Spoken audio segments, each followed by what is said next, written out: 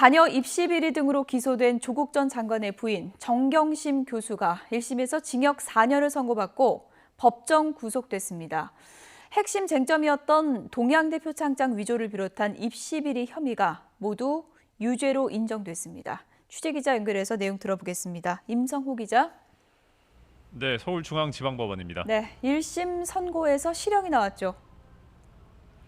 네, 그렇습니다. 서울중앙지법은 오늘 오후에 열린 선고 공판에서 정경심 교수에 대해서 징역 4년에 벌금 5억 원을 선고하고 법정 구속시켰습니다. 재판이 끝난 뒤 정 교수는 서울 남부구치소로 수용됐습니다. 정 교수 측은 즉각 항소할 뜻을 밝혔는데요. 직접 들어보겠습니다. 특히 입시 비리와 관련된 부분, 또 양형에 관한 의견, 그다음에 법정 구속의 사유에 이르기까지 저희 변호인단으로서는 도저히 동의할 수 없는 말씀들을 해주셔서 어쨌든 이제 고등법원에서 다퉈야 될 것 같습니다. 그간 정 교수가 받아온 혐의는 크게 세 부분입니다. 자녀 입시 비리, 사모펀드 투자 의혹, 증거 조작 혐의 등입니다. 이 가운데 자녀 입시 비리 관련 혐의들을 재판부가 모두 유죄로 인정한 것이 정 교수 실형에 결정적이었습니다.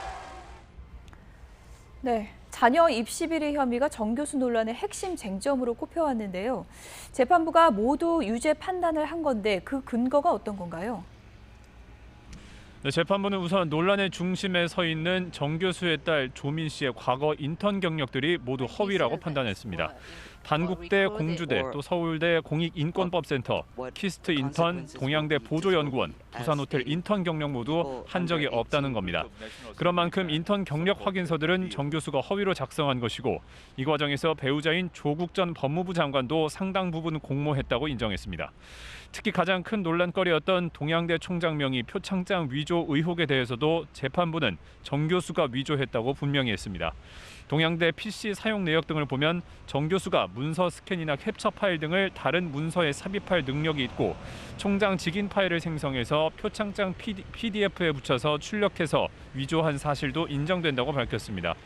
또 이를 딸의 입시 증빙 자료를 내면서 서울대, 부산대 의전원 등의 입학 사정 업무를 방해했다고 판단했습니다. 재판부는 이 같은 입시 비리 범행은 성실한 사람들에게 허탈감을 주고 입시 시스템을 불신하게 한다는 점에서 비난 가능성이 매우 크다고 질타했습니다. 그러니까 검찰의 주장한 이른바 7대 허위 스펙 만들기에 대해서 재판부가 모두 인정을 한 셈인데요. 사모펀드 투자 의혹을 포함해서 다른 혐의들은 어떻게 판단이 나왔습니까? 네, 정 교수는 조국 전 장관의 오촌 조카인 조범동 씨가 운용하는 사모펀드와 허위 컨설팅 계약을 맺고 1억 5천여만 원을 횡령한 혐의를 받아왔는데요. 재판부는 이 부분은 무죄로 판단했습니다. 다만 미공개 정보를 이용한 주식 거래, 또 차명 거래 혐의는 유죄로 봤습니다. 특히 차명 거래와 관련해선 조국 전 장관이 청와대 민정수석에 이어 법무부 장관 후보자로 지명되자 고위공직자 재산 등록 의무를 회피하려는 목적이 있었다고 지적했습니다. 증거 조작 혐의에 관해서는 세부 사항별로 판단을 달리했습니다. 정 교수가 조 전 장관 인사청문회를 앞두고 사모펀드 운용사 직원들에게 동생 관련 자료 등 증거인멸을 교사한 혐의는 유죄로 봤지만 사모펀드 관계자들에게 운영 현황 보고서를 유리하게 조작하라고 지시했다는 혐의는 공소사실 입증이 부족하다며 무죄로 판단했습니다. 또 자산관리인인 김경록 씨에게 자택 하드디스크 교체와 동양대 PC를 은닉하라고 교사했다는 혐의에 대해서도 마찬가지로 무죄라고 밝혔습니다.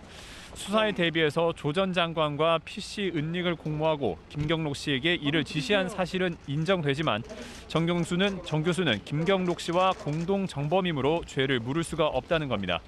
재판부는 그러면서도 정 교수의 이 같은 행위는 자신과 조 전 장관에 대한 수사와 재판을 방해하고 실체적 진실을 밝히기 어렵게 했다고 질타했습니다. 지금까지 서울중앙지법에서 YTN 임성호입니다.